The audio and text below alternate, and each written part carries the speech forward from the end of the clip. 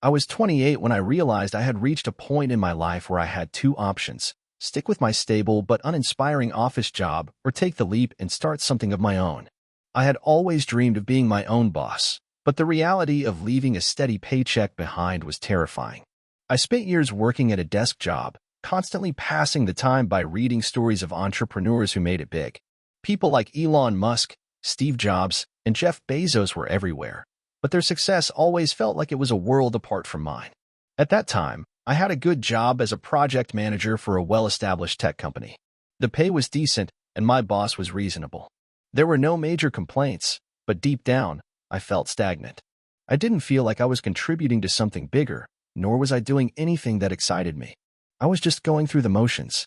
One evening, while scrolling through Reddit, I stumbled upon a thread that changed everything. Someone asked if anyone had ever taken a leap and quit their 9 to 5 to pursue a business.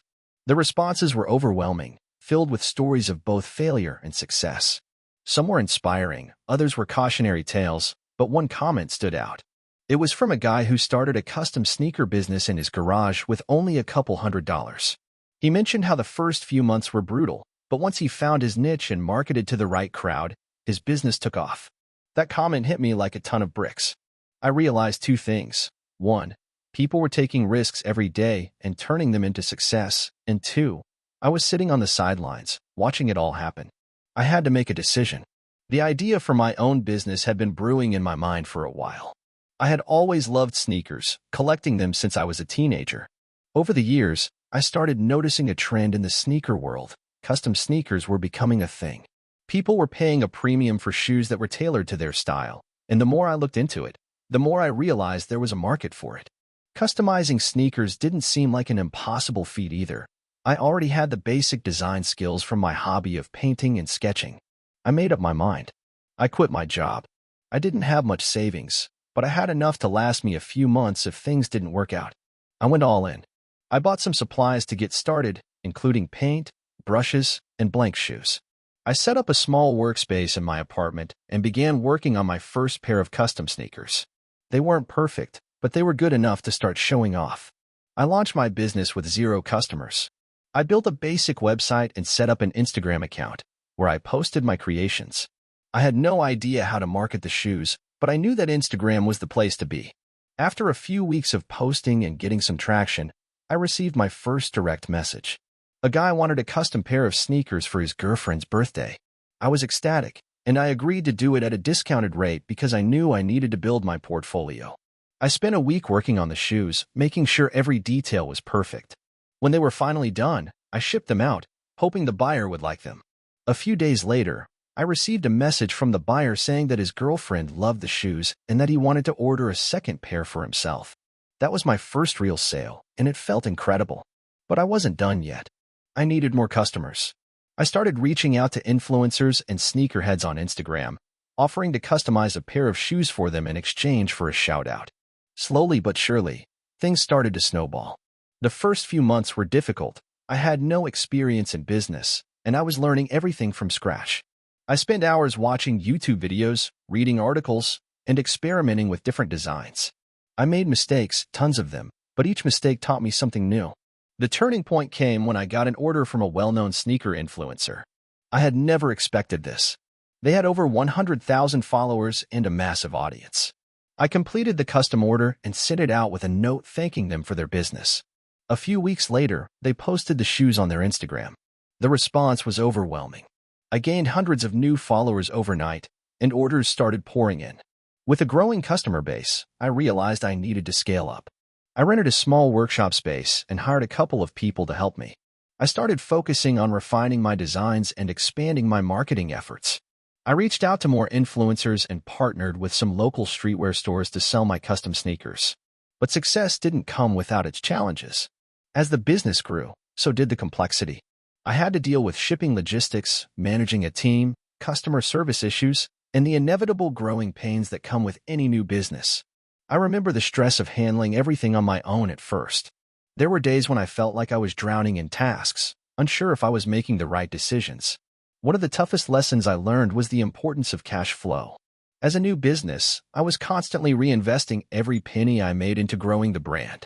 There were months where I barely paid myself, But I knew that in order to build something long-term, I needed to make sacrifices.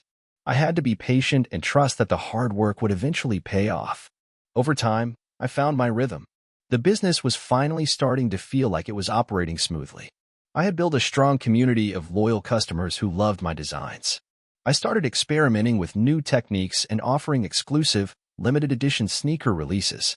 The brand gained recognition, and it wasn't long before my custom sneakers were being sold in multiple countries. 5 years into this journey, my brand had transformed from a one-person operation into a small but thriving company. I now employ a team of 15 people, including designers, customer service reps, and shipping staff. We ship thousands of custom sneakers each month, and my designs are worn by some of the biggest influencers in the sneaker world. What started as a risky leap has turned into a brand that I am incredibly proud of. Looking back, there's no doubt in my mind that quitting my job and pursuing my passion was the best decision I've ever made. Sure, there were struggles, sleepless nights, and moments when I doubted myself, but the sense of freedom and fulfillment that comes with being an entrepreneur is unmatched. I'll never forget how far I've come, from struggling to make my first sale to building a brand that now supports me and my team. Starting my own business wasn't easy, but it was the most rewarding thing I've ever done. And if you're sitting there reading this, unsure about whether to take the leap, just remember, the hardest part is getting started. Once you take that first step, you'll be amazed at how much you're capable of. If you enjoyed the video, don't forget to leave a like and subscribe to the channel. It helps the content grow and motivates me to create even more great videos. Turn on notifications so you don't miss any new uploads. By the way, I'm curious, when do you usually watch my videos? While working, studying, or just relaxing at home? Let me know in the comments. I'd love to hear from you. Thank you for your support. I was 25 when I first realized I had no idea what I was doing with my life. I had just graduated from a good university with a degree in marketing, but the job market was brutal. It wasn't that I lacked skills or ambition. It was more about the overwhelming competition. Every company I applied to seemed to already have a pool of candidates who had more experience or better qualifications than I did. I felt stuck, but one thought kept popping into my mind. If I could just get my foot in the door somewhere, I could prove myself. The problem was that the door just wasn't opening. For months, I bounced from one interview to another, but nothing seemed to pan out. I was starting to get frustrated, losing confidence with every rejection. It was at that point that I had a conversation with a friend that changed everything. He told me about an opportunity to create something of my own instead of waiting for someone to give me a chance. He had just launched an e-commerce business and was doing well. You've got the skills, man. You know marketing. Why not start a business? At first, the idea seemed insane. I had no experience running a business. I didn't have the funds to start something big, and I had no idea where to even begin. But something about his words clicked. I had always been the type to dream big and work hard for what I wanted. So why not take this challenge head on? If I failed, at least I could say I tried. I spent the next few weeks doing nothing but research. I looked into different industries, read articles about starting a business, and listened to podcasts about entrepreneurship. I had no product in mind at first, but I knew that I wanted to solve a problem, something that was in demand, something I could market. After a lot of trial and error, I landed on the idea of creating custom-designed planners and notebooks. I had noticed that a lot of people were obsessed with productivity and organization, and there were a ton of influencers and YouTubers promoting planners that helped them structure their days. But the problem was that most planners on the market were either overpriced or lacked personality. I saw an opportunity to create something functional and stylish that appealed to people's need for both productivity and self-expression. I started small.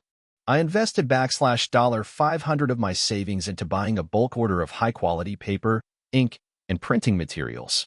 I found a local manufacturer who could help me create the planners, and I began designing the layouts myself. I also invested a little into creating a simple website and setting up an Instagram page to start promoting my brand. The whole process was slow, tedious, and exhausting, but I kept pushing forward. When the planners finally arrived, I was ecstatic. I had created something from scratch, and it was finally real. But then came the next hurdle, getting people to actually buy it. I started posting on Instagram, reaching out to influencers, and trying to find ways to drive traffic to my website. Sales were slow at first, painfully slow. It felt like I was shouting into the void. But I refused to give up. I kept pushing content, engaged with potential customers on social media, and offered discounts to anyone who would share my page. Slowly but surely, the brand began to gain traction. Then, something unexpected happened. I received a message from an influencer with over 100K followers who was interested in doing a collaboration. She had seen one of my posts and thought it was a cool idea. She asked if I would send her a planner in exchange for a shout-out. I was ecstatic. This was the break I had been hoping for. After she posted about my product, my website traffic skyrocketed. People started buying the planners, and I received countless messages from people wanting to know where they could get their hands on one. It was a surreal moment. In that one instance, my business went from struggling to actually thriving. But I knew that this was just the beginning. I quickly reinvested my profits back into the business, ordering more inventory and expanding my product offerings. I added custom designs, different color options, and even limited edition planners for special occasions. As the brand grew, I hired a small team to help with the increasing demand. We began focusing more on building a community around the brand, rather than just selling products. We created an online space where people could share productivity tips, personal growth stories, and their experiences with the planners. It became more than just a business, it became a lifestyle. A year after starting the business, I hit my first major milestone. We broke 6 figures in revenue. I had turned my $500 investment into something much bigger, and I was proud of what we had accomplished. But as the business continued to grow, so did the challenges. Managing a team, dealing with customer complaints, and trying to scale the business became overwhelming at times. There were days when I felt like I was barely keeping it all together. But I had learned that the key to success wasn't about avoiding problems. It was about learning how to solve them quickly and efficiently. Fast forward to today, and the business is still thriving. We've expanded into international markets, added new product lines, and grown a loyal customer base. We've built partnerships with several major retailers, and I've been able to hire a team of passionate individuals who share the same vision. Looking back on the journey, I can't believe how far we've come. I'm not saying that it's been easy. There have been countless late nights, tough decisions, and moments where I doubted myself. But if there's one thing I've learned, it's that success doesn't come overnight. It's about staying persistent, learning from your failures, and having the courage to take risks. I'm proof that even if you start with nothing, you can build something meaningful if you're willing to put in the work. Now, whenever I look back at that moment when I was feeling lost and unsure of my future, I can't help but smile. That feeling of being stuck is something I'll never forget, but it's also the moment that pushed me to take the leap. I still don't know what the future holds, but I'm excited to see where this journey takes me next. I started my entrepreneurial journey with nothing but a laptop and a burning desire to escape the 9-to-5 grind. It wasn't that I hated my job. In fact, I was doing pretty well in the corporate world. I had a steady paycheck, a decent office with a view, and even some recognition for my work. But something was missing. I felt like I was living someone else's dream instead of my own. It was a nagging feeling, a whisper in the back of my mind that I couldn't ignore anymore. I wanted to build something that was mine. I wasn't alone in feeling like this. Most of my friends felt the same way, especially those who had been in their jobs for a while. We all seemed to be stuck in the same rut, working to make someone else's vision a reality while our own remained buried under the weight of bills, responsibilities, and comfort. It all came to a head one evening. I had just wrapped up a frustrating meeting with my boss, who gave me a task that I didn't believe in. It wasn't the first time, and I knew it wouldn't be the last. I went home that night feeling defeated. It wasn't the task itself. It was the fact that I felt like I was stuck in a loop, always being asked to do things I didn't care about for a company I didn't truly believe in. I stared at my laptop, trying to get some work done, but I couldn't focus.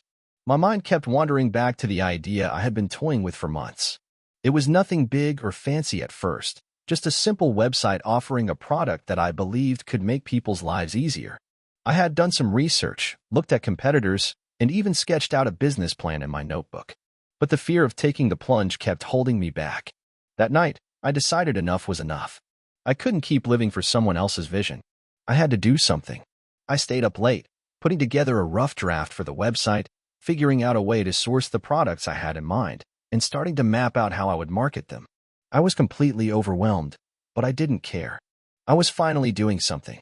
Over the next few weeks, I found myself balancing my job and my new business.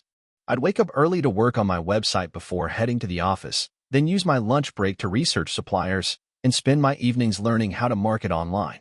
It was exhausting, but it was also exhilarating. I had never felt more alive. However, things weren't as easy as I had hoped. My first product launch was a disaster. I had spent weeks building up the anticipation, only to have barely any sales come through. I was crushed. It felt like a punch to the gut. I remember sitting on my bed that night, staring at my computer screen, wondering if I was making a huge mistake.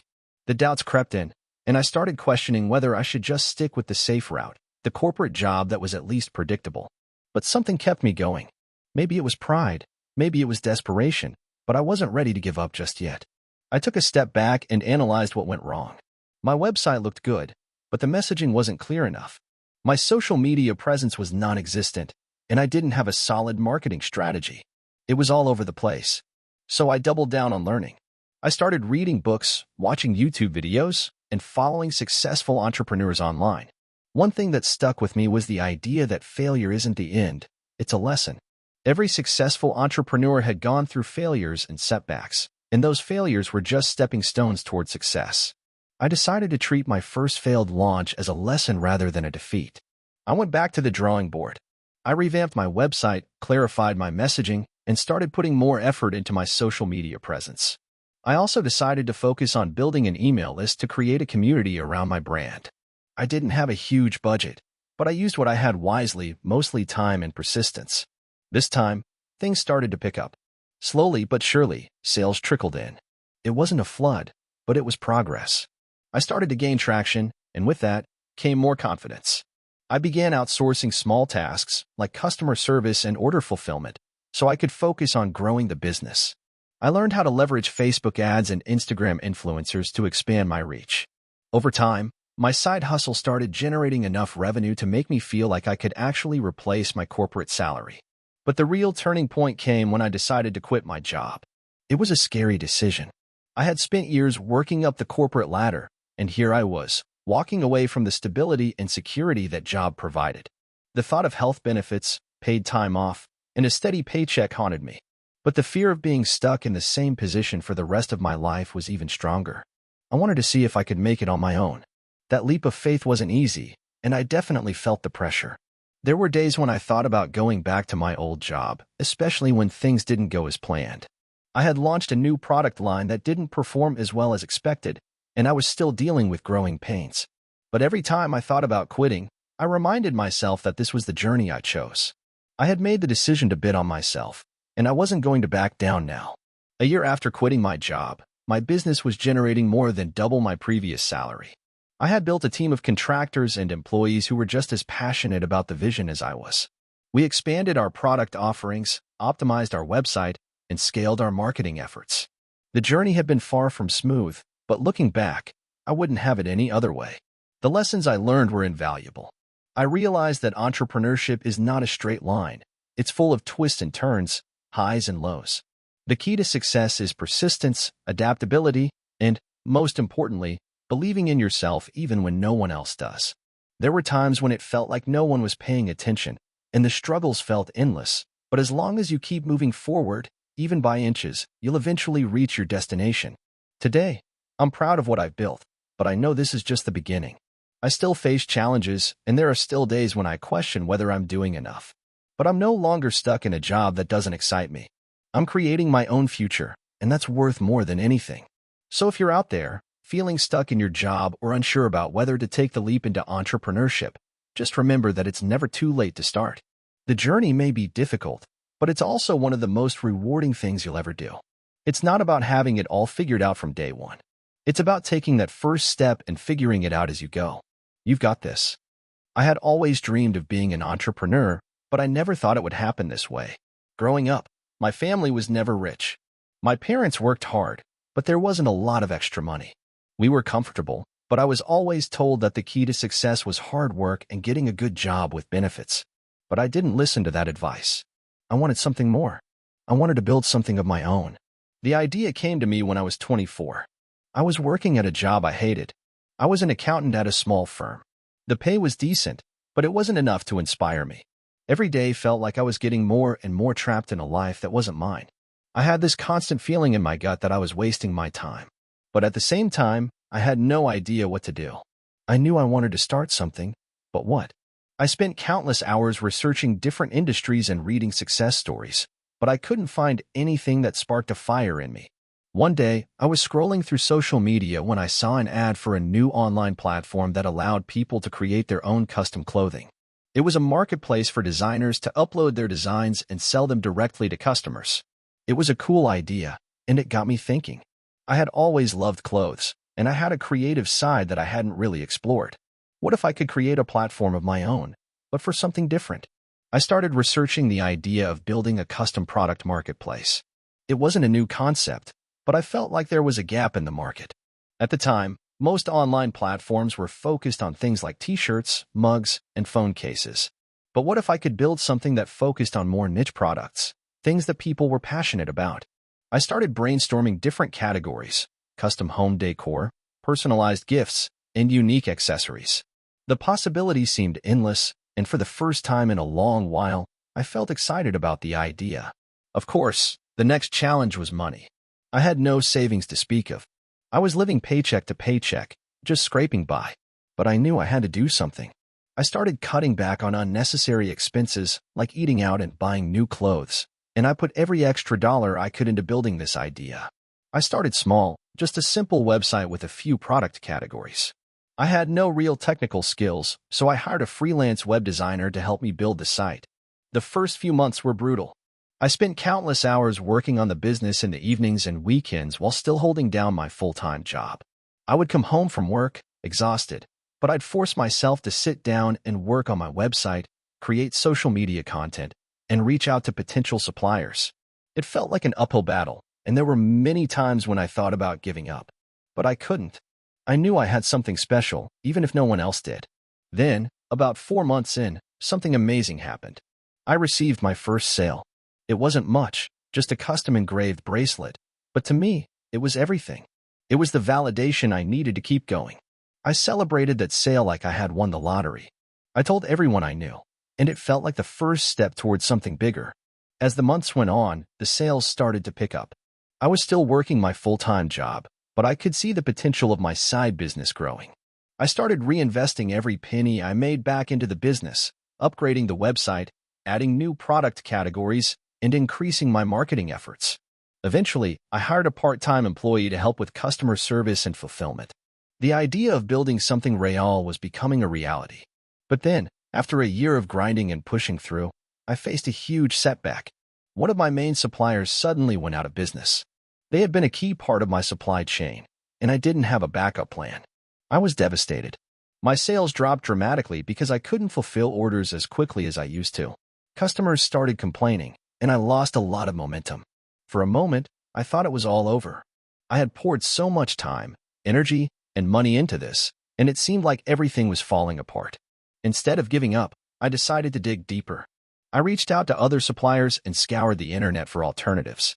I also realized that I had been putting too much reliance on one source. I had to diversify. I spent weeks negotiating deals with new suppliers, improving my inventory management, and learning more about supply chain logistics. Slowly but surely, things started to turn around. I was able to fulfill orders again, and the business started growing at a faster rate than before. It was during this time that I realized something important. Entrepreneurship is never a straight line.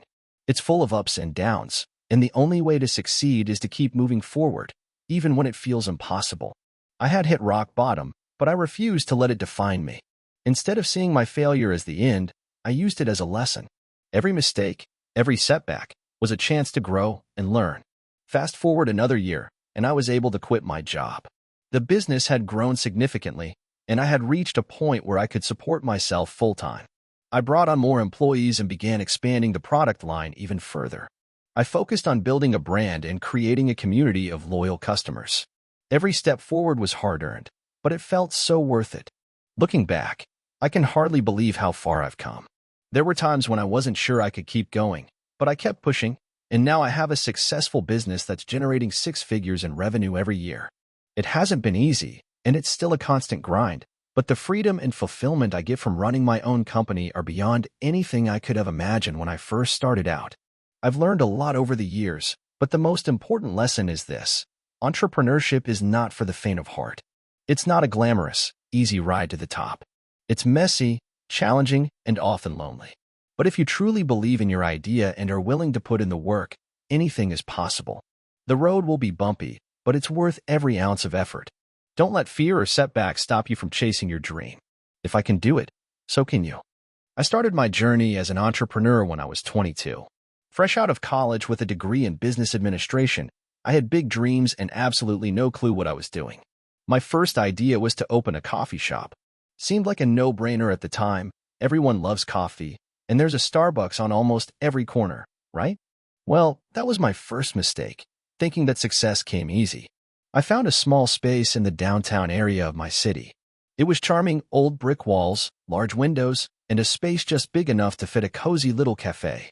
I scraped together every last penny I had saved during my college years, along with some family loans, and signed a lease.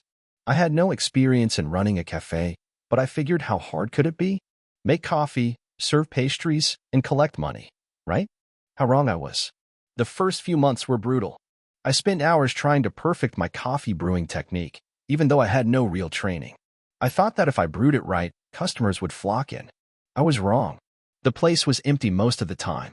I tried everything: promoting on social media, offering discounts, and even hosting local open mic nights.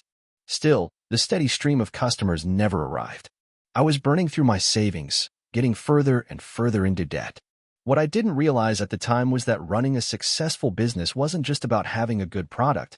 It was about understanding the market and the people you were serving. I had spent so much time obsessing over the quality of my coffee that I neglected the customer experience, branding, and most importantly, location. My coffee shop was in a beautiful building, but it was tucked away on a side street that most people didn't even know existed.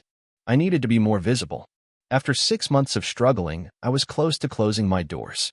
The thought of admitting failure was terrifying. I wasn't sure where to turn, but I was determined not to give up. I started doing some serious reflection. What was I missing? Why weren't people coming in? That's when I realized that I hadn't done enough research on my target audience. I had assumed that everyone would want artisan coffee, but the reality was that the area I was in wasn't full of coffee enthusiasts. It was made up of professionals, young families, and college students who were more interested in convenience than quality. I took a step back and began to analyze my customer base. I learned that people wanted something fast, something familiar, and most importantly, something affordable. I began to adjust my offerings. I lowered the prices on my drinks and started offering more grab-and-go items. I brought in breakfast sandwiches, smoothies, and healthier snack options. I even partnered with a local bakery to sell their pastries. Slowly, I began to see an uptick in traffic, but the change wasn't enough to pull me out of the red. After a year of struggling, I realized I couldn't keep running the business the way I had been. I was working around the clock, but I was still in debt. That's when I stumbled upon a podcast by an entrepreneur who had gone through something similar. She talked about the importance of creating a brand identity. She said that without a brand, you're just another store. And that hit me like a ton of bricks. I had been so focused on making good coffee, I never focused on making my shop stand out. I decided to rebrand my coffee shop. I created a logo, a tagline, and a color scheme that spoke to the community I was in. The new brand was a combination of comfort and creativity, something that would appeal to young professionals and families alike. I also realized I needed to get my customers involved. I started hosting themed events, like coffee and canvas nights where people could paint while enjoying coffee. The idea was to create an experience, not just a product. With my new brand in place, things began to improve. I started to see more repeat customers, and word-of-mouth referrals helped boost my business. But even though I was gaining some traction, I still had one major problem: my location. The side street I was on wasn't going to cut it, and I had no money to move to a prime location. I had to get creative. I went to a local real estate developer and pitched the idea of bringing a pop-up coffee cart to the heart of downtown. I'd bring the product to the people instead of waiting for them to come to me. The developer agreed to let me set up the cart in front of one of his properties, and I gave it everything I had. I spent hours every day pushing my cart, talking to people, handing out free samples, and getting to know my customers. The pop-up cart was a game changer. I connected with people in a way I never could have from behind the counter of a stationery shop. I started getting regulars who not only visited my cart but also began coming into my coffee shop. I was finally starting to build a loyal customer base. After about 6 months, the developer offered me a deal. There was a prime retail space on the ground floor of a new building being developed, and he wanted me to move my cafe there. The catch? I needed to come up with the money for the build-out and equipment, which meant taking on even more debt. But this time, I was confident. I had a plan. I borrowed more money, took out a loan, and managed to secure the space. I opened the new cafe with the same focus on quality, community, and branding. This time, though, I had the experience I needed to make it work. The new location was perfect on a busy street, near offices and residential areas. Business was booming. Fast forward 5 years, and I'm now the proud owner of 3 thriving coffee shops in different parts of the city. I've expanded my menu, created a successful line of branded merchandise, and even opened an online store that sells our signature coffee blends. I've learned more than I could ever put into words, but I've come to understand that being an entrepreneur is about constantly adapting and learning. The failures, mistakes, and struggles were all part of the process. In the end, they made me stronger and gave me the grit I needed to succeed. I may have started with nothing more than an idea and a dream, but now I'm living that dream every day. And while I still have a long way to go, I'm proud of how far I've come. The road to success isn't easy, but if you're willing to learn from your mistakes and keep going, it can be incredibly rewarding. I was never the type of person who imagined they would own a successful business one day. In fact, I barely passed high school, and after graduating, I didn't even have a clue what I wanted to do with my life. I was just going through the motions, picking up odd jobs here and there. A lot of people thought I'd end up stuck in some dead-end job for the rest of my life, but I was determined to prove them wrong. It all started when I was working at a small tech company in my early 20s. I was a support technician, answering calls, troubleshooting issues, and generally doing all the things that no one else wanted to do. The pay was decent, but it was also incredibly boring, and the work felt repetitive. I knew that if I didn't make a change, I would get stuck doing this for years. I started thinking about what I truly wanted.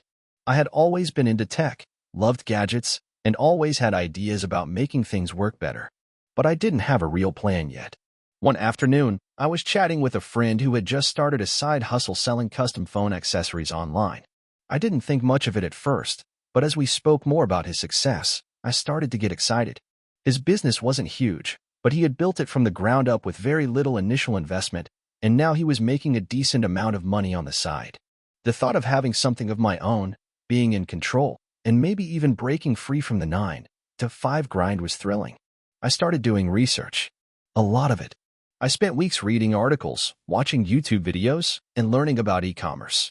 I dove deep into understanding dropshipping, product sourcing, marketing strategies, and everything else I could get my hands on. I knew that starting a business wasn't going to be easy, but I also realized that if I wanted to get out of the rut I was in, I had to take a leap. I didn't have a ton of money to invest, but I had a credit card with a decent limit, and I figured it was worth taking a risk. After some deliberation, I decided to jump into the world of e-commerce. I wasn't going to sell phone accessories like my friend. Everyone was doing that, but I had a different idea. I always noticed how difficult it was to find quality, durable, and stylish laptop bags. The options on the market were either too expensive or poorly made. I saw an opportunity to create a brand that offered high-quality, affordable laptop bags that were stylish yet functional. I believed there was a gap in the market. I spent the next few months researching suppliers, creating a brand name, designing my logo, and building a simple online store. It was a lot of work, and I had no idea how to do most of it. The learning curve was steep, but the excitement of building something from scratch kept me going. I put everything I had into it, late nights, early mornings, and weekends. Every time I hit a roadblock, I just found another way to push through. After getting my online store set up, I launched my first batch of laptop bags. I spent a small amount of money on Facebook ads, targeting people who were likely to be interested in high-quality, stylish laptop accessories. The first few weeks were brutal. My ads didn't convert, the traffic was low, and sales were almost non-existent.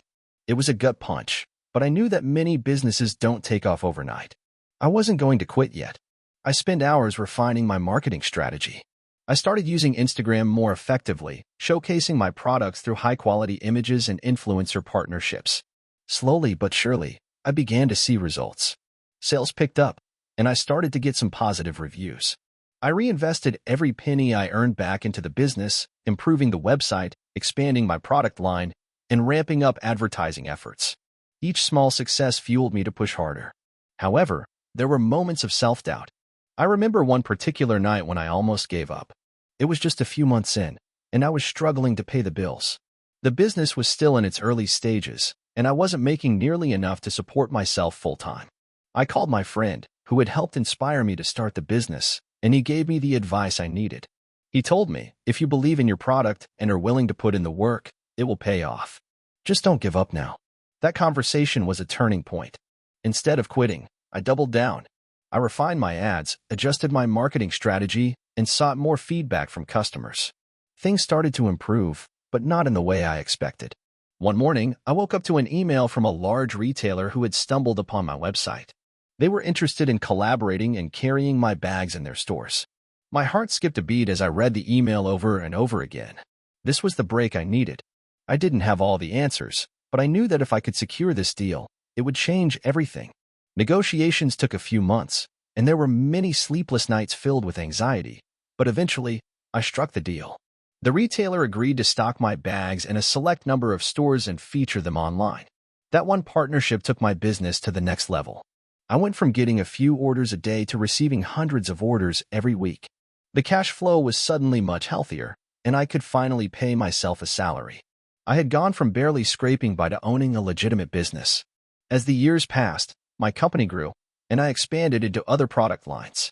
I hired a small team to help with operations, and we even opened a warehouse to handle the increased demand. We introduced new products like backpacks, briefcases, and tech accessories, all under the same brand that I had built from the ground up. Today, my company is a six-figure business, and I've managed to build a lifestyle that I never thought was possible. I get to work with people I admire, travel to new places, and most importantly, I'm in control of my future. The hard work, the long nights, the self-doubt, it was all worth it. But I can't lie, there were many times I felt like giving up, questioning whether it would ever work. But I've learned that persistence, passion, and a willingness to learn can turn even the most uncertain ideas into something incredible. Looking back, I'm proud of how far I've come. I went from being an underachiever, unsure of what my future held, to being the founder of a business I'm passionate about. It wasn't easy, and it took years of struggle, but if I had given up along the way, I wouldn't be here today. And honestly, I wouldn't have it any other way. It was a regular Tuesday when I got the call. I was sitting in my tiny apartment in the heart of the city, working from my couch because the coffee shop Wi-Fi was too unstable to rely on anymore. I had been running my online business for 2 years at that point, selling custom-made accessories, and while things had been growing, it still felt like I was barely scraping by. I was juggling multiple part-time jobs to pay rent, and the idea of making it big in this entrepreneurial world seemed like a distant dream. The phone rang, and I saw it was a number I didn't recognize.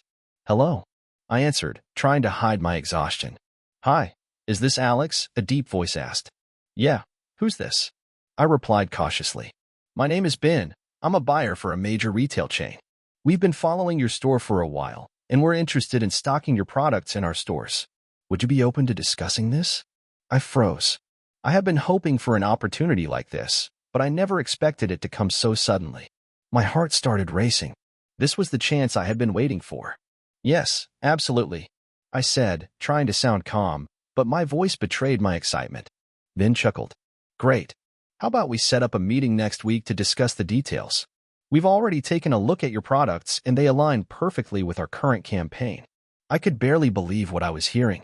A major retailer wanted to sell my products? This was the break I had been dreaming of. I quickly agreed to the meeting and hung up, my mind swirling with possibilities. It felt like everything was about to change. The next week, I flew out to meet Ben and his team. The meeting was held in a sleek office building downtown, and as I walked into the conference room, I was struck by the contrast between my humble beginnings and the polished corporate environment around me. I had been operating my business from my small apartment, creating the products by hand and managing everything on my own. But now, I was sitting across from a team of professionals who represented an enormous retail network. Ben and his team were professional, but there was a certain warmth to their approach. They showed me how they had reviewed my products and explained how they could help me scale up quickly. They were confident that my designs would sell well in their stores. I was hesitant at first. After all, my business was small, and I wasn't sure if I could handle the logistical side of scaling up. But Ben reassured me that they would provide the infrastructure and support to make the transition smooth. It took a few weeks to finalize the deal. There were contracts to sign, production timelines to set, and supply chain issues to navigate. But before I knew it, My products were being shipped to stores across the country. I still remember the first time I saw my items on a retail shelf. I was in a city for a conference, and I decided to stop by one of the stores. As I walked in, my eyes immediately went to the display. My designs were neatly arranged, and customers were picking them up and admiring them. I felt a wave of pride rush through me. This was the moment I had been working toward for years. But while this was a dream come true, it also came with its own set of challenges. The demands of retail distribution were immense.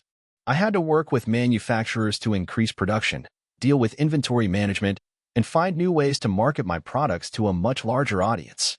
At the same time, I still wanted to maintain the quality and personal touch that had made my brand unique. It was a balancing act, and at times, I found myself overwhelmed. One of the biggest hurdles came when my first large shipment arrived at the warehouse. There had been a mix-up with the labeling, and a batch of products was sent to the wrong locations. I had to work quickly to resolve the issue, calling every retailer involved and making sure the products were rerouted to the correct stores. It was a stressful few days, but I managed to get everything back on track. After that, I learned the importance of building strong relationships with my suppliers and partners. If I didn't have reliable people on my side, I knew things would quickly spiral out of control. As my products began selling in more and more stores, I started receiving feedback from customers. Some loved the designs, while others suggested improvements. At first, I took every critique personally. But over time, I realized that feedback was a gift. It helped me refine my products and make them even better. I also began to build a community around my brand, engaging with customers on social media, responding to messages, and listening to their ideas. This connection with my audience was crucial in helping me stay grounded and focused on what mattered most. Despite the successes, the journey wasn't without its setbacks. There were times when sales didn't meet expectations, and I had to adjust my pricing strategy or marketing tactics. There were also moments of self-doubt, wondering if I was good enough to keep up with the demands of a growing business. But every time I hit a roadblock, I reminded myself of how far I had come. I had built this business from the ground up, and there was no turning back. Over the next few years, my brand continued to expand. We moved into international markets, hired a small team to help with operations, and launched new product lines. I began speaking at industry events and sharing my story with aspiring entrepreneurs. And yet, every time I looked at my products on a store shelf, I was reminded of that first moment, sitting on my couch, struggling to make ends meet, wondering if this was all worth it.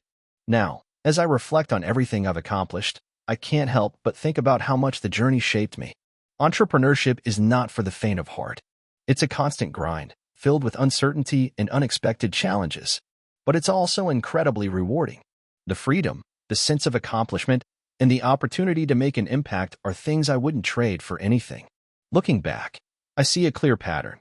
Success doesn't come overnight. It takes years of hard work, perseverance, and a willingness to learn from failure.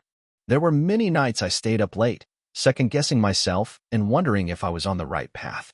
But the key was pushing through those moments, even when it seemed like success was just out of reach. So to anyone out there who feels stuck, who's working tirelessly toward their dream, but can't seem to get ahead, keep going.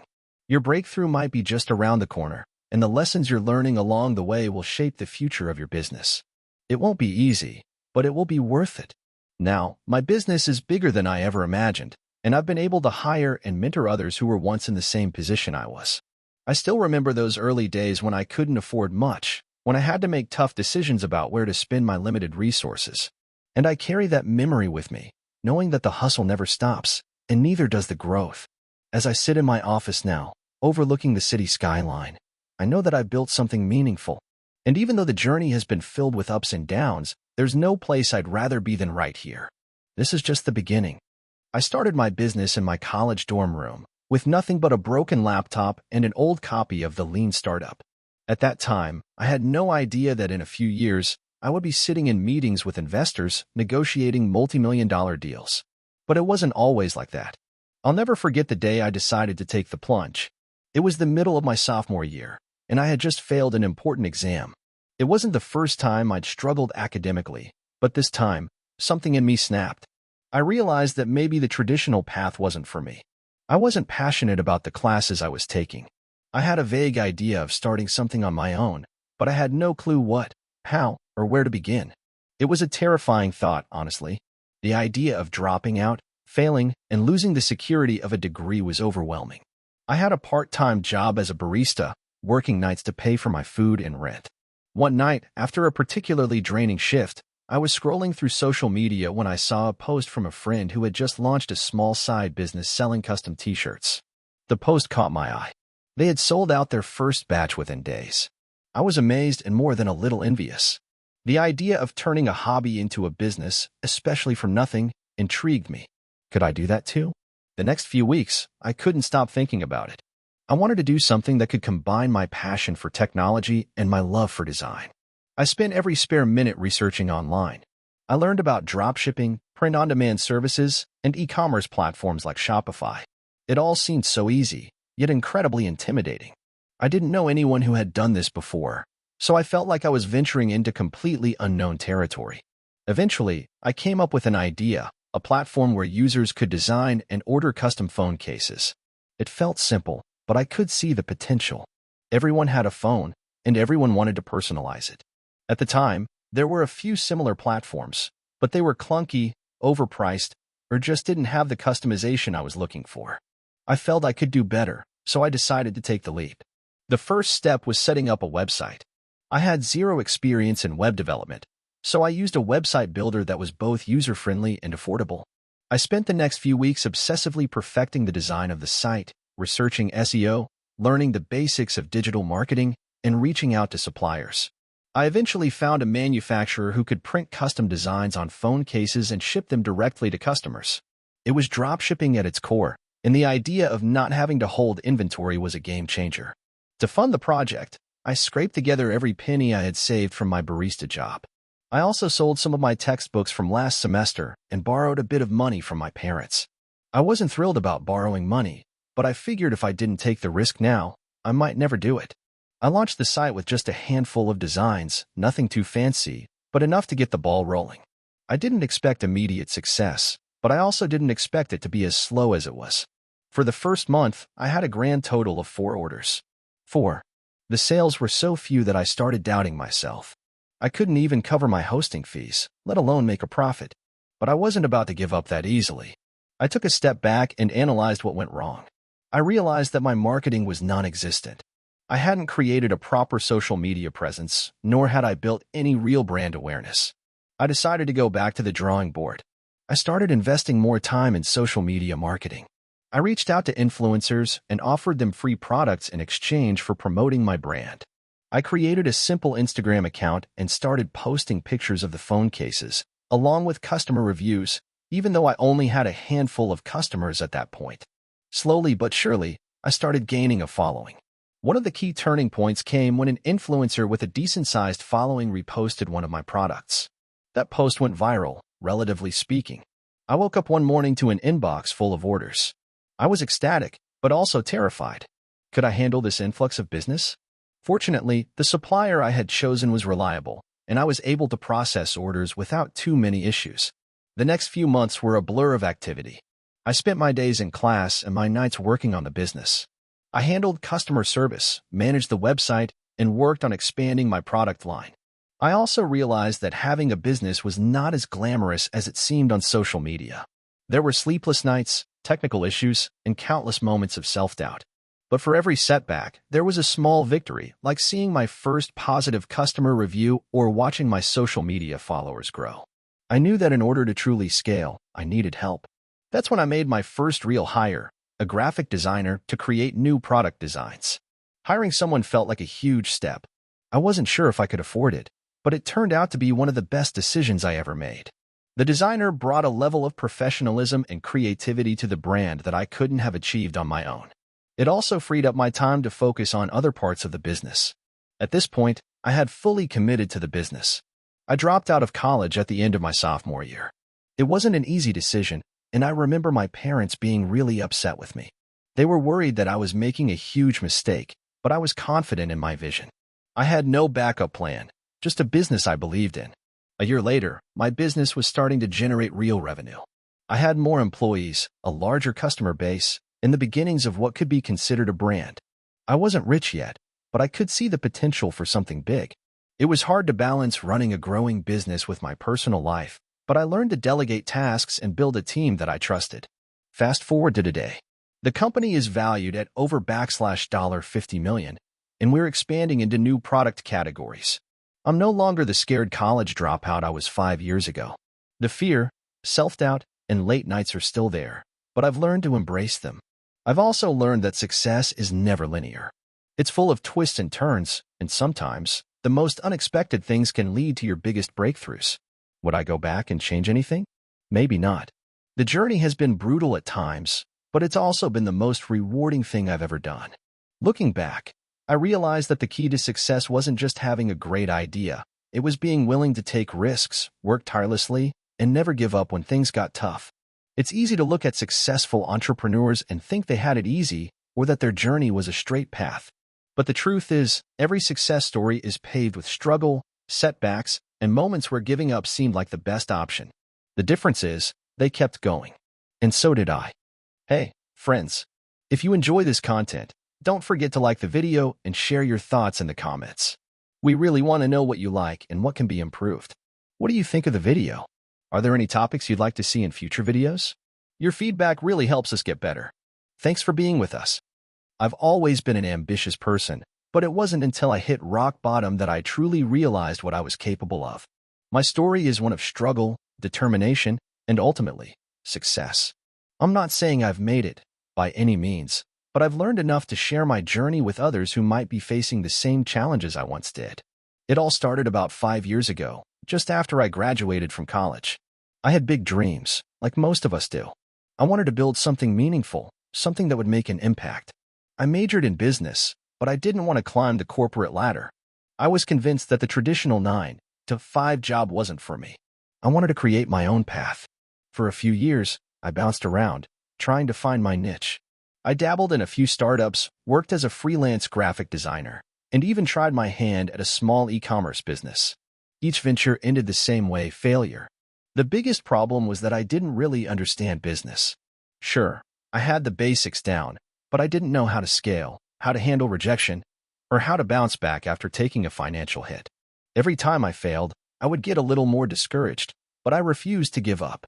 Then, one day, I stumbled upon a YouTube video that changed my perspective.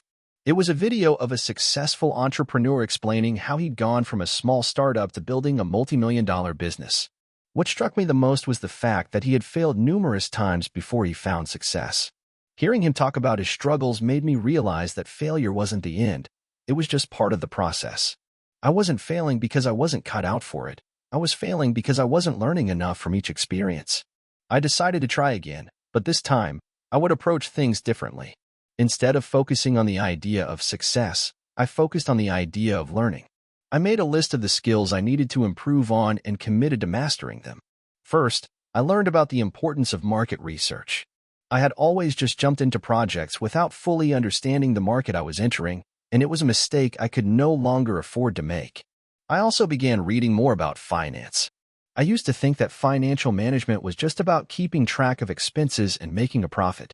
But I soon learned that managing cash flow, understanding profit margins, and negotiating with suppliers were all essential skills. I wasn't going to make the same mistake again. I started attending webinars, reading books, and even reached out to a few seasoned entrepreneurs to get their insights. With my new knowledge, I decided to start a business in the health and wellness industry. It wasn't a random decision. My mother had been a nutritionist for over 20 years, and I grew up learning about the importance of a healthy lifestyle. I wanted to create a brand that focused on providing quality nutritional supplements that were backed by real science. The market was saturated, but I believed that if I could bring something unique to the table, there would be a chance for success. The first product I launched was a vegan protein powder. I spent months formulating the recipe, working with manufacturers, and ensuring that the product was of the highest quality. It wasn't just about creating another protein powder. I wanted to provide something that people could trust. The branding was sleek, the message was clear, and the quality was top-notch. I believed in the product, and I knew that if I could get it into the right hands, it would sell itself. But of course, things didn't go as smoothly as I had hoped. The first few months were rough. I launched the product with a small online ad campaign, and while I received positive feedback from those who tried it, sales were underwhelming. I realized I had made the classic mistake of assuming that if you build it, they will come. I had forgotten that marketing was just as important as the product itself. So, I pivoted. I started doing influencer marketing, reaching out to small fitness influencers and asking them to try the product. I even offered them a commission for every sale they made. Slowly but surely, the word began to spread. More and more people started buying the product, and my sales numbers began to grow. But it wasn't just the sales that were growing, it was the brand's reputation. People began to trust my product because they could see that I genuinely cared about quality and transparency. As the months went by, I expanded my product line. I added more supplements, and then I ventured into workout gear. With each new product, I applied everything I had learned from my previous mistakes: better marketing, more efficient operations, and a stronger brand message. I even started a blog on my website to educate people about health and wellness, which helped build a loyal community around the brand. Then came the turning point. About a year into the business, I had the opportunity to pitch my products to a large retail chain. At first, I was nervous, but I knew this could be the opportunity one had been working toward. I prepared for the pitch for weeks, rehearsing my presentation and making sure I could answer any questions they might have. When the day finally arrived, I walked into that meeting with confidence, and to my surprise, the pitch went well. They decided to carry my products in their stores. The moment I saw my products on the shelves was surreal. I couldn't believe it. After all the failures, all the doubts, and all the setbacks, I had made it. But even then, I knew this wasn't the end. It was just another chapter. I had learned that entrepreneurship wasn't about avoiding failure. It was about learning from it and using it as fuel to push forward. Now, 5 years later, my business is thriving. We've expanded into multiple countries, and I've built a team that shares the same passion and commitment that I do. We've faced challenges along the way, but every challenge has been an opportunity to grow. I've learned that the key to success is persistence, self-improvement, and the willingness to learn from every failure. I'm not the same person I was when I started, and I'm proud of that. If you're out there struggling, don't give up. Failure is not the end. It's just a stepping stone on the path to success. Keep learning, keep growing, and don't be afraid to take risks. The journey may be tough, but it's worth it. I was 26 when I first found myself in the entrepreneurial world, and looking back, it feels like a whole different lifetime. It all started when I realized I didn't want to keep working for other people, grinding away my time for their dreams instead of mine. At that point, I had just quit my 9-to-5 job, exhausted by the monotonous routine, the office politics, and the constant underappreciation.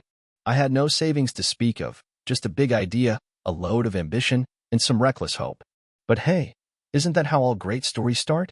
The idea came to me during one of my endless nights of scrolling through social media. It was a cold, gray winter evening, and my fingers were practically numb from being glued to my phone. I was following a few fitness influencers when it clicked.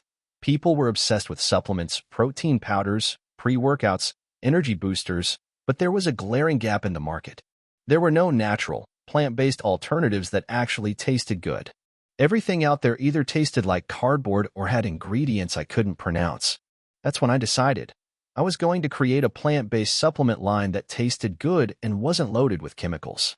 But, of course, that wasn't going to be easy. I had no experience in the supplement industry or any related field. Hell, I didn't even have any formal business training. I had no idea what I was doing, but I did have a relentless drive to make this work. I started by researching the basics: what makes a supplement effective, what ingredients are considered clean, how much it would cost to produce, and, of course, how to create a brand that people would love. I spent the next few months contacting suppliers, trying to figure out how to source plant-based protein that wasn't packed with chemicals or artificial flavors. I went down the rabbit hole of every nutrition website I could find, learning about different plant proteins: pea protein, hemp protein, brown rice protein, and the best combinations to create a smooth, delicious blend. It was exhausting, but I loved it. The thrill of working on something that was mine, that could change the way people thought about supplements, was worth every sleepless night. By this point, I had a very basic understanding of how to create a product, but I still needed a name, a logo, a website, and the big question: how was I going to sell this stuff? I didn't have any funds to hire a professional branding company, so I turned to Google. I designed my first logo using a free online tool, and I set up a simple website using Shopify. It looked terrible, but I figured it was a start. The next hurdle was marketing. With no budget, no influence, and 0 followers on social media, I had to get creative. I started posting on Instagram, documenting my journey. I shared the struggles, the late nights, the research, and most importantly, the products I was developing. At first, it was crickets. No one cared, but I kept at it.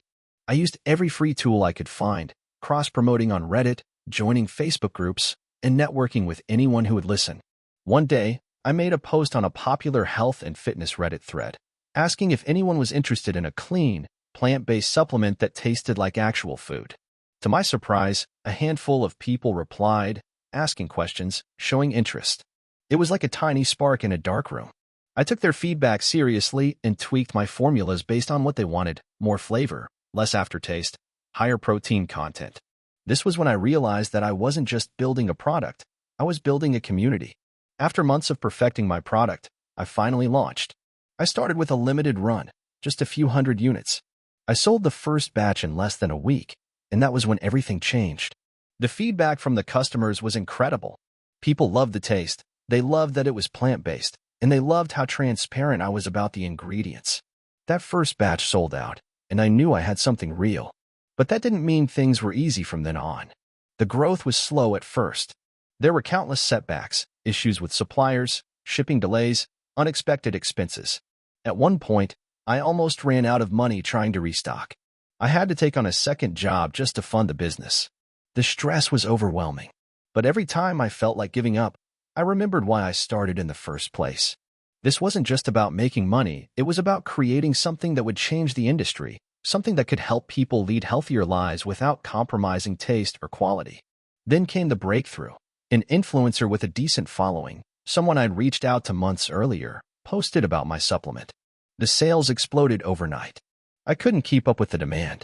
I had to scramble to find new suppliers, hire extra help, and expand the website. It felt like the business was growing at a rate I couldn't control, and I was living on a knife's edge every day, hoping it wouldn't all come crashing down. Over the next year, the company grew faster than I could have imagined. I expanded the product line, adding new flavors, and even launched a line of energy bars. I kept pushing the boundaries, always thinking of new ways to innovate while staying true to the original vision of creating clean, plant-based products that actually tasted good. But the real turning point came when I realized something crucial. Success wasn't about having the best product or the most followers. It was about building a brand that people trusted. My customers weren't just buying supplements. They were buying into the lifestyle, the mission, and the values behind the brand. They wanted to support a company that cared about their health and well-being. And that, I learned, was worth more than anything. Today, my company is a multi-million-dollar brand with a loyal following. I no longer have to juggle side jobs, and the stress of early days has faded into the background. But looking back, I can honestly say that the hardest part wasn't finding the right product or building the website. It was believing in myself when everyone else doubted me. If there's one thing I've learned on this journey, it's this: entrepreneurship isn't a straight path. There will be days where everything seems to go wrong, and you'll wonder if you're cut out for it. But if you keep pushing, keep learning, and stay true to your vision, you'll get there. I did, and if I can, so can you. I didn't set out to be an entrepreneur. I actually set out to be a high school biology teacher. But in 2015, 3 years into teaching and barely scraping together rent in a rapidly gentrifying Atlanta neighborhood, I was getting desperate. My car was breaking down every other week. My student loans loomed like an axe above my head, and I was eating a lot of pasta and frozen broccoli. Everything changed with a broken lawnmower. My downstairs neighbor, Daryl, had a side hustle mowing lawns for some of the elderly residents in our neighborhood. He was a giant of a man with a soft voice and a busted back from years of warehouse work. One afternoon, he knocked on my door looking defeated.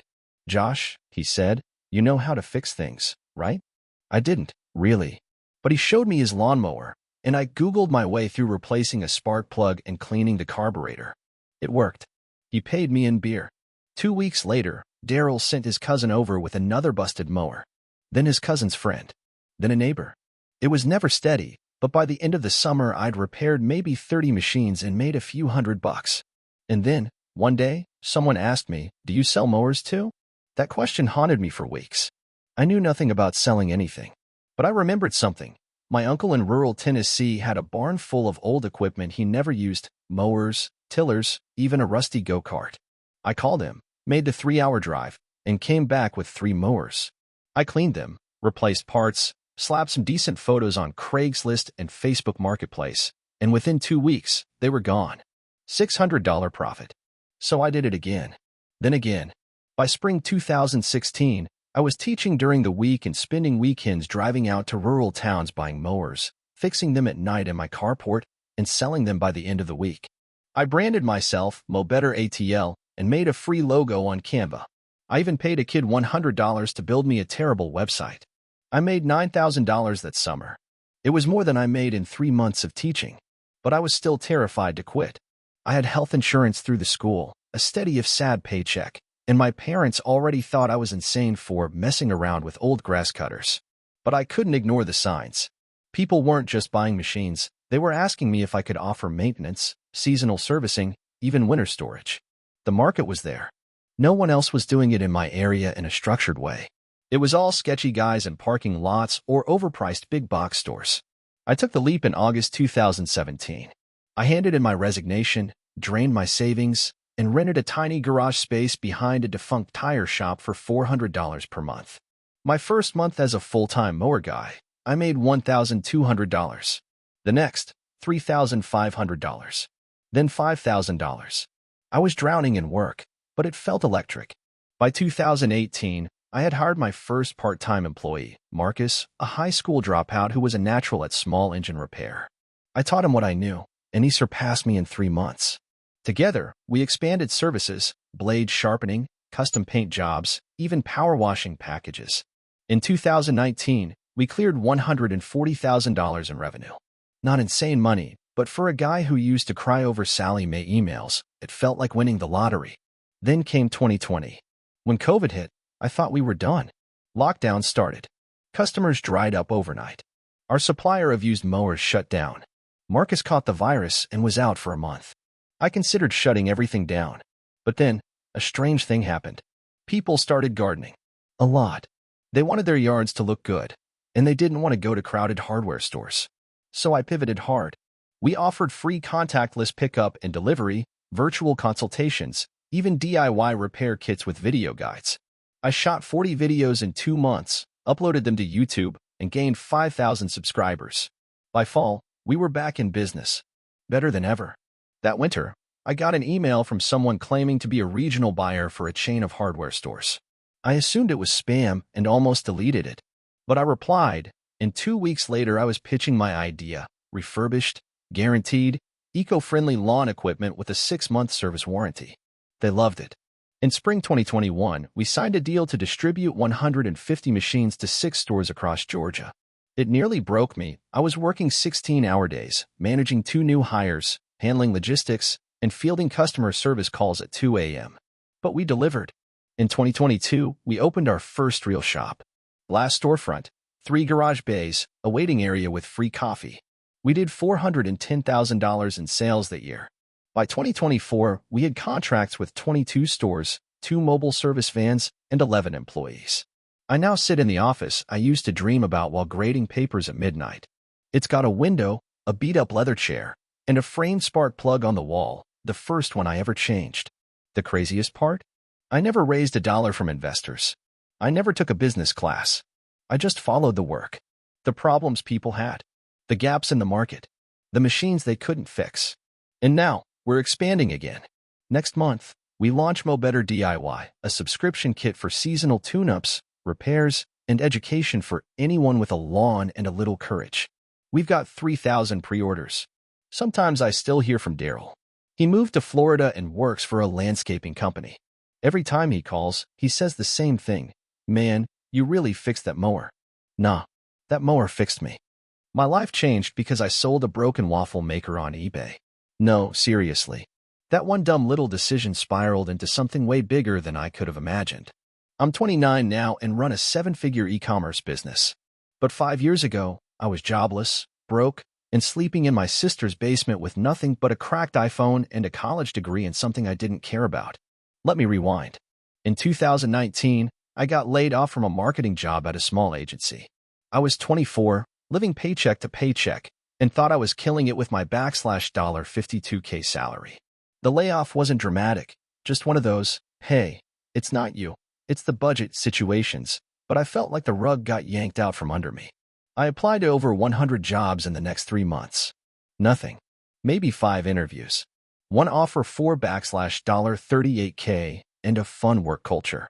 Yeah, no thanks. With rent due and no income, I moved into my sister's basement in Michigan. Humbling is an understatement.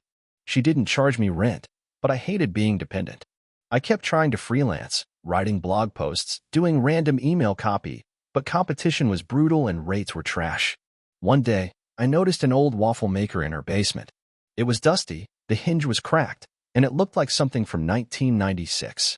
I joked about it, but she said, "Try selling it. It doesn't work, but maybe someone wants it for parts." I listed it on eBay for $9.99 plus shipping. Someone bought it within 6 hours. That was the moment. It wasn't about the money. I made like $5 after fees, but it lit a spark. I started scouring her house for stuff to sell. Old DVDs, a broken humidifier, some outdated router. Then I went to thrift stores and garage sales, buying junk like old remotes, vintage toasters, broken cameras, weird VHS tapes. People bought it. Sometimes for $5, sometimes $50. Some stuff sat for weeks. But I kept at it. I made about $1 for 100 that first month. Not life-changing, but way more than I made freelancing. So I leaned in. I started researching harder. I found Reddit threads, niche eBay seller forums, YouTube resellers. I was obsessed. I'd go to estate sales at 6 a.m., fill my trunk with stuff, come home, photograph it under a $20 ring light I bought with my first decent flip.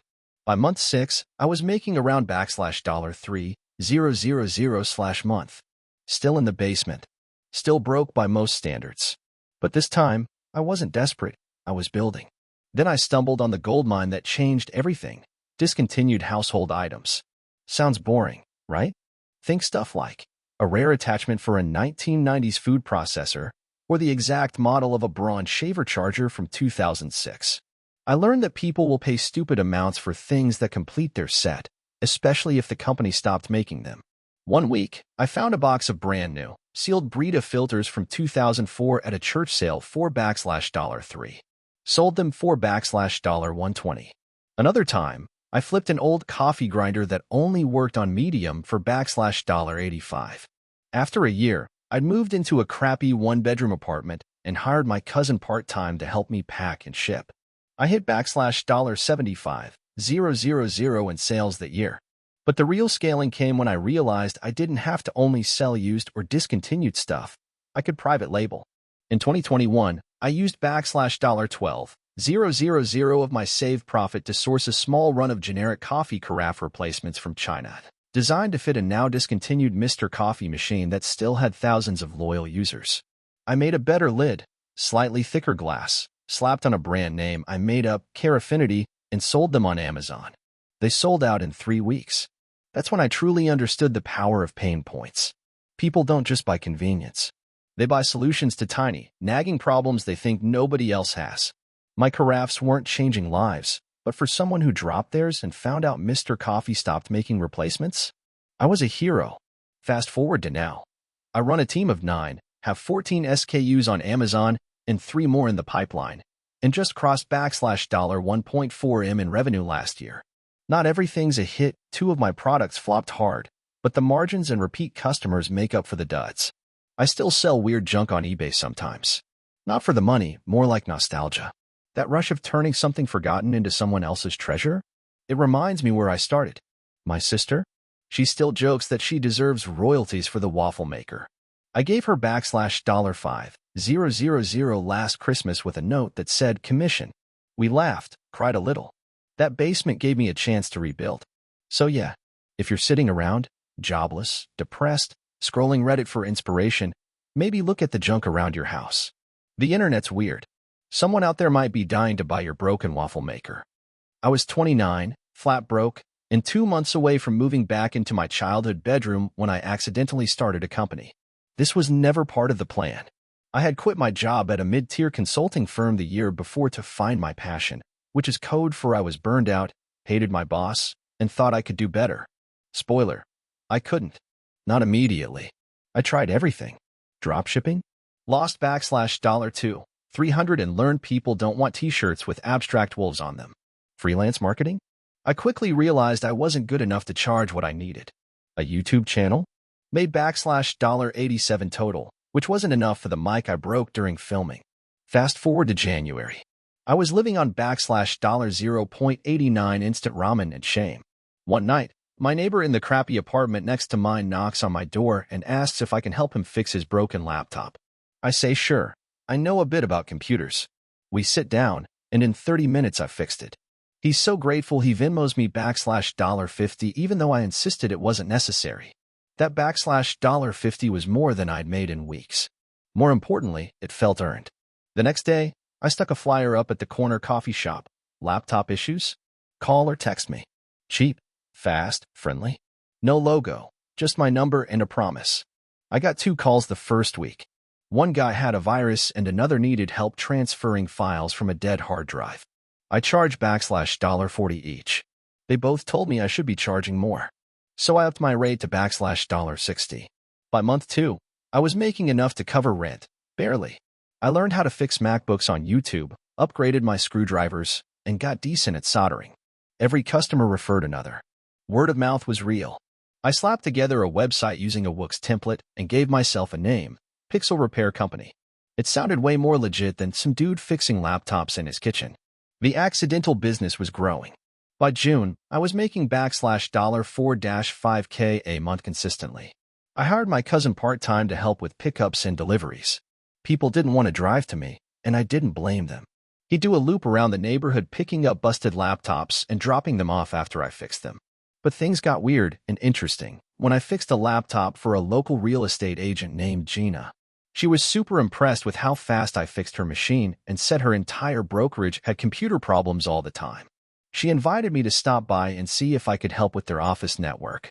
I did, and they hired me on the spot for a $200/month retainer to handle all tech issues. Suddenly, I wasn't just fixing laptops. I was a consultant again, but this time on my own terms. Gina referred me to 2 more real estate firms, then a dentist's office, then a gym. By October, I had 7 small business clients paying between $800 and $500 per month. I got certified in a few IT things, nothing fancy, just enough to back up what I already knew how to do.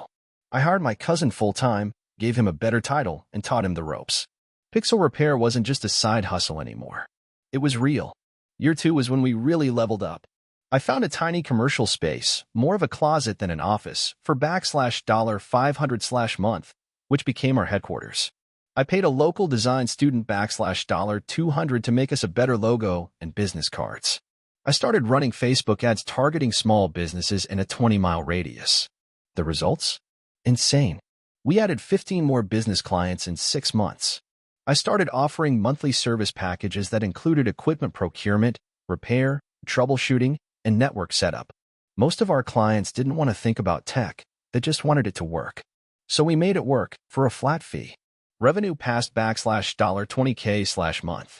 Then $30K. That's when I made the riskiest move. I brought on a partner. Nate was a friend of a friend who had actual IT management experience. He knew servers, systems architecture, cybersecurity, the works. I gave him 30% equity and we went all in on becoming a managed service provider, not just a repair shop. Together, we built a ticketing system, hired 2 more techs, partnered with a refurbished hardware supplier to get cheap laptops and desktops for clients. We even started hosting workshops at co-working spaces, teaching small business owners how to stay secure online and upselling our services at the end. Year 3, revenue hit $720,000. Net profit? About $210K. I paid off my debt, got off ramen for good, and finally, felt like I'd made it. But here's the truth. It was never about tech. What really made this work wasn't my ability to swap out a hard drive or install antivirus software. It was that I showed up, communicated well, didn't talk down to non-technical people, and cared more than they expected. We've grown every year since. We now serve over 150 businesses, have a team of 9, and moved into a proper office with actual windows and desks that aren't from Craigslist. We flirted with acquisition offers but haven't bitten yet. Maybe someday.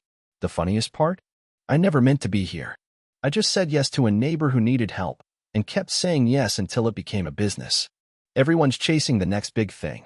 But sometimes, the smallest thing, a broken laptop, a handwritten flyer, a favor for a friend, can crack open a door you didn't know existed. You just have to walk through it. I built a $2M/year SaaS company from a crumbling dry cleaning business my dad left behind. 5 years ago, if you had told me I'd be demoing software to enterprise clients in glass towers, I'd have laughed. I was 27, broke, and trying to save my family's dry cleaning shop in the middle of a dying strip mall in Northeast Ohio. My dad had owned Classic Cleaners for almost 25 years. He built it with his bare hands, working 70-hour weeks, but the business was dying by the time I got involved. The decline was brutal. COVID was a coffin nail, but the rot had set in way before that. People just weren't dry cleaning anymore. My dad got sick in late 2019, and by the time he passed in 2020, the books were bleeding red, and we had 2 employees left. I didn't know anything about dry cleaning. I was a junior data analyst at a logistics firm, freshly laid off due to budget cuts. No savings. Student loans. I considered selling the business for parts, but the offers were insulting. One night I was helping sort invoices, which were still done by hand, if you can believe that, and I had an epiphany. The shop had this weirdly loyal customer base, mostly older professionals, and the only reason they hadn't bailed yet was because they liked the people. It wasn't the quality. It was the fact that Maria remembered how Mr. Abrams liked his collars. That human connection kept a dying business limping along. I started thinking, what if we systematized that personal touch? Could I build something to help other small service businesses do what Maria did? Remember people? Anticipate preferences? Follow up without sounding robotic? That night, I opened a new Google Doc and wrote one word: Thread. It was a placeholder name for what I imagined would be a lightweight CRM for very small, very local businesses, dry cleaners, salons, tailors, dog groomers, anyone who survived on repeat business and personal touch. I taught myself to code using FreeCodeCamp, spent 3 months building a terrible prototype using Bubble, a no-code tool, and gave it to Maria to use with our 112 active customers. It worked. Revenue didn't jump, but customers stopped ghosting us. We had fewer "did you forget my order" calls. We even got some online reviews. After 6 weeks, our repeat rate jumped from 42% to 67%. That was the signal. In March 2021, I pitched 5 other local businesses in a 10-mile radius. 2 agreed to pilot Thread: a dog groomer and a shoe repair guy. Both had never used software beyond a spreadsheet. I onboarded them manually, wrote their emails, and tracked everything in Notion. The dog groomer called me 2 weeks in and said, "This is like having a second brain. I don't forget anything anymore." That was my first taste of product-market fit. I applied to a regional accelerator on a whim, got in, and received a $15K grant. I quit trying to revive the dry cleaning shop and focused entirely on Thread. By the end of 2021, we had 50 small businesses using us. It was still janky, the UI was clunky, we had no mobile version, and I was manually resetting passwords weekly, but churn was low and feedback was wild. Revenue? $2, 100 MRR. It felt like nothing, but it was real. I found a technical co-founder on Indie Hackers, a former Shopify dev who was burning out. We rebuilt the app from scratch and added automation workflows. Email plus SMS triggers. Context-based reminders. Simple AI-generated replies based on customer tone. Nothing fancy. No dashboards. No analytics. Just, here's what you need to know about this customer, and here's what to do next. We priced it at $39/month and focused solely on service businesses with 1 to 10 employees. In 2022, we grew to 1,000 businesses. $40K MRR. Still just me, my co-founder, and 1 part-time support person. I did sales calls during the day and wrote documentation at night. Every cancellation got a personal email. Every user request went into a massive Airtable I reviewed weekly. Our churn stayed under 4%. That year, something strange happened. A few franchise owners from a well-known grooming chain contacted us. They'd heard about Thread from another location and wanted in. We onboarded 15 locations, then 30, then 70. Suddenly, we had our first enterprise feature request, user roles and location-level controls. We built it in 2 months. That's when VCs started sniffing around. I wasn't interested. We were profitable, lean, and in control. We raised a tiny $300K pre-seed from a founder I admired, mostly so I could take a small salary and hire a full-time engineer. We stayed away from the big checks. By mid-2023, Thread hit $1M ARR. I was 30. Today, it's early 2025. We're at $2.1M ARR, with 3,400 paying businesses and a team of 12. We've never raised a Series A. We've never cold emailed a single prospect. Our growth has been 90% referral and word of mouth. We're exploring a vertical AI product now, a kind of local business co-pilot, but that's a story for another time. Here's what I've learned. 1. Boring problems are gold mines. Nobody gets excited about CRMs for dry cleaners. That's the point. Most entrepreneurs want to build sexy products for sexy industries. But small, boring problems solved really well? They print money. 2. Start with pain, not tech. My MVP wasn't software. It was a relationship. Maria remembering names. When you replicate what feels like care using tools, people notice. 3. Manual is fine at first.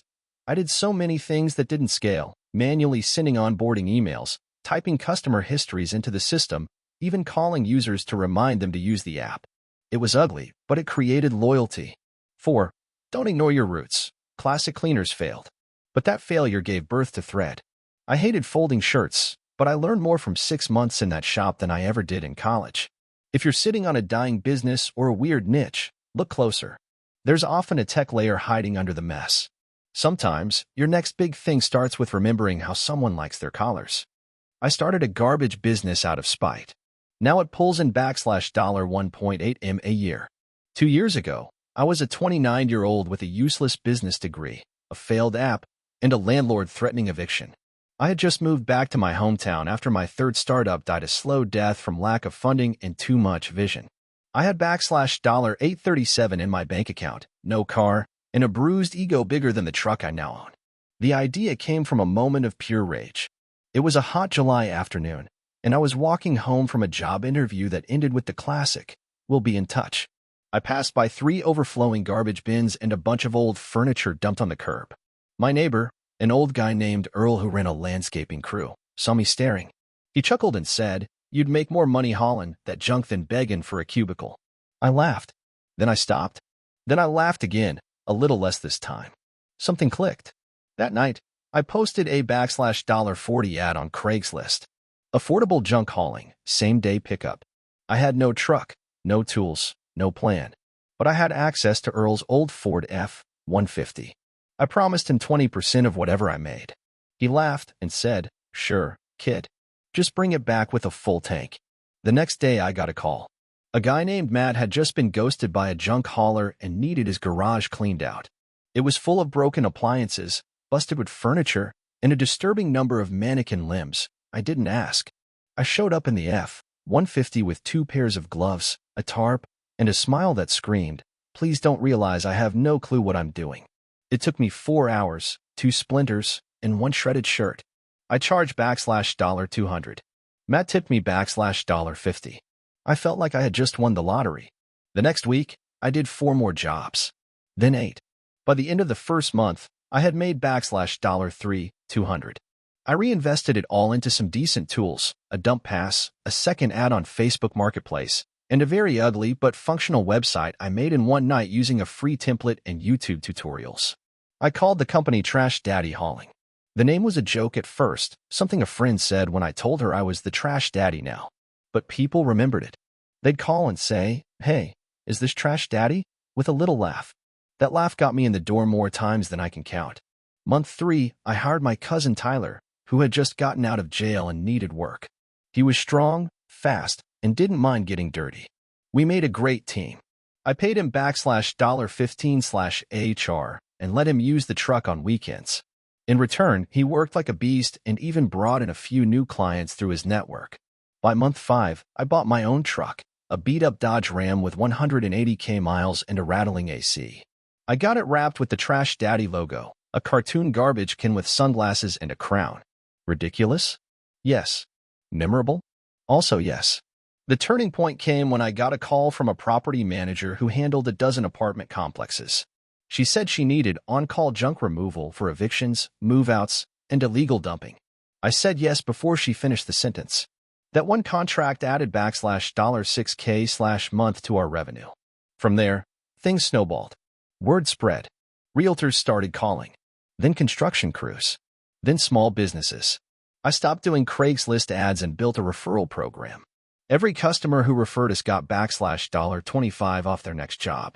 It worked like magic. In year 2, I hired 2 more crews, bought a second truck, and set up a storage yard. We now sort recyclables, donate usable furniture, and scrap metal for extra cash. I got a bookkeeper, a real website, insurance, uniforms, and most importantly, systems. Every job gets logged, priced, and tracked. Every team member gets weekly bonuses for clean customer reviews. Every truck has GPS, dash cams, and strict checklists. We use routing software, CRM, and automated text confirmations. It's not sexy, but it works. Here's the part people don't see on Instagram. I still wake up at 5:30 a.m. I've cleaned out hoarder homes with dead rats in the walls. I've had employees quit mid-job. I've been screamed at by landlords, tenants, and once, a drunk raccoon. Long story.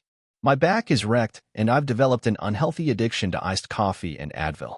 But last year, Trash Daddy hauling grossed $1.8 million. We netted just under $400K after payroll, dump fees, fuel, insurance, maintenance, marketing, and overhead. I now employ 14 people full-time. Tyler runs operations. Earl, the guy who loaned me the truck, does dispatch part-time and still calls me kid, even though I'm his boss. We've started a sister company doing light demolition and another that rents dumpsters. I'm in talks to franchise the model to 2 nearby cities. Turns out, people always need trash gone. And most junk haulers suck at customer service. Here's what I've learned that I wish someone told me sooner. 1. Boring businesses make money. The less sexy, the better. Everyone wants to build an app. No one wants to crawl under a porch to remove rotting wood. Be the latter. 2. Start ugly. Start small. Your first version will suck. Good. That's how it should be. Just start. 3. Customers remember how you made them feel more than the actual service. Show up on time, smile, and don't be gross. That alone puts you in the top 10%. 4. Don't overthink branding, but don't ignore it either. A memorable name and friendly vibe is half the battle. 5. Hire for attitude, train for skill. My best crew leader was a barista before this. 6. Get uncomfortable being uncomfortable. Most growth feels like chaos with a side of panic. That's normal. So yeah, I didn't invent AI or build a crypto exchange. I clean out garages, haul junk, and make a very good living doing it. And if you're reading this while broke, discouraged, and full of self-doubt, maybe walking past some trash on the way home from a dead-end interview, just know this. Opportunity doesn't always knock. Sometimes it smells like mildew and rides in the bed of a rusty old truck. Just open the damn door anyway. Trash Daddy out. A little over 5 years ago, I was a broke barista with $72 in my checking account, 2 maxed out credit cards, and a dream that even I thought sounded a little stupid at the time. I wanted to build a sustainable business selling ugly plants. Not just any plants. The weird ones. The mutant succulents, cacti that grew sideways, or plants with roots popping out in the wrong places. Stuff that most plant shops would toss or ignore. I thought they were beautiful. My ex-girlfriend did not agree. I had worked at a boutique plant shop in college and noticed something odd. Customers would always ask if we had any cool weird ones. Every now and then, someone would buy the strangest plant we had, even if it looked like it was dying. We'd label them rescues, and people loved the idea. Fast forward to 2019, I was couch surfing at my buddy Aaron's apartment in Oakland, brewing lattes by day, scrolling through Instagram plant pages at night. I saw an account posting pics of funky plants and getting thousands of likes. I thought, why not me? So I started small. Literally.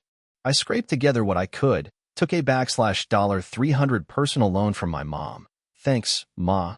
And bought 20 discarded succulents and a few oddball cacti from a nursery I used to work with. They gave me a discount because I was buying the unsellables. I created a basic Shopify store, named it Root Cause, and posted grainy photos on Instagram. No sales. Nothing for 3 weeks. Then, one night, I got drunk and posted a thread on Twitter about why people shouldn't overlook ugly plants. I included pictures of my weirdest looking cactus, which looked like it had grown a mustache. The thread blew up. Someone with 300K followers retweeted it. I had 87 orders by the next morning. That week, I packed plants into Amazon boxes I'd been collecting from Aaron's recycling bin. I handwrote thank you notes on Starbucks napkins. I was using a hairdryer to seal packing tape. It was chaos. I barely broke even after shipping costs, but I didn't care. I was in. I quit the cafe job, got a second-hand mini green tent for the backyard, and spent most of 2020 selling misfit plants during the lockdown plant craze. I marketed them as green therapy for quarantine. Business was growing fast, and so were my logistics headaches. I made every mistake a first-time entrepreneur can make. I overwatered hundreds of plants and killed my own inventory. I undercharged for shipping. I didn't factor in heat during transit. One summer, 30% of my plants arrived cooked in Arizona. But each failure taught me something. I started insulating boxes, shipping on Mondays only, and offering planned insurance for damaged deliveries. I also added care cards and fun names for the plants like Larry the Lobster Claw and Spaghetti Legs. People loved naming their plants. We went viral again. By 2021, I was clearing $20K/month. I hired 2 part-time employees, one for packing, one for customer support. I invested in better branding and packaging. I also launched Mystery Mutant boxes, which sold out monthly. TikTok influencers caught wind and started doing unboxings. It exploded again. That year, an investor approached me. I declined the first few offers. I didn't want Root Cause to become another faceless DTC brand.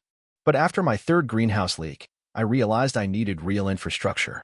I took a $200K seed round from a local green startup accelerator in exchange for 12%. It felt huge at the time. With the money, I rented a proper space in Richmond, built a climate-controlled nursery, and partnered with regional growers to source more misfit inventory. By 2022, we were shipping 3,000 orders a month. We weren't just a plant store anymore. We were a community. People were posting their ugly plant transformations, trading tips, even forming local plant clubs. I launched a marketplace for customers to resell or trade plants. It flopped initially but took off once I gamified it with plant badges. The brand ethos, embracing imperfections, second chances, resonated more than I ever expected. One customer sent a photo of her daughter hugging a plant she'd named Scrappy. She said it helped her cope with bullying. That one stuck with me. Revenue hit $1.4 million in 2023. I paid myself a real salary for the first time. I also got sued that year by a major nursery claiming I was repackaging rejects. It was bogus, but it stressed me out for months. We settled quietly. It cost me $37K and my last bit of patience for corporate plant suppliers. So I started growing my own. In 2024, we launched the Root Cause Rescue Farm in Northern California, a 5-acre plot where we cultivate weird breeds. We also hire folks who've struggled to find work, formerly incarcerated people, folks in recovery. Training them to care for plants while building a business? It's the most fulfilling thing I've ever done. Now in 2025, I just signed a partnership with a major online retailer to create a limited edition Root Cause box. We're on track to hit $3.6 million in revenue this year. I live in a modest 2-bedroom with a backyard full of the strangest plants you've ever seen.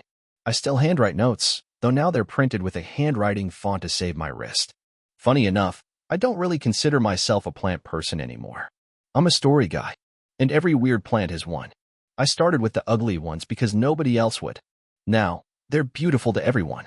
And I still have that mustache cactus. His name is Jorge. Thank you for watching until the end. If you enjoyed this video, don't forget to like and subscribe to the channel so you won't miss new videos. Also, leave a comment. I'd love to hear your thoughts. Your support and engagement mean a lot to me. See you in the next video.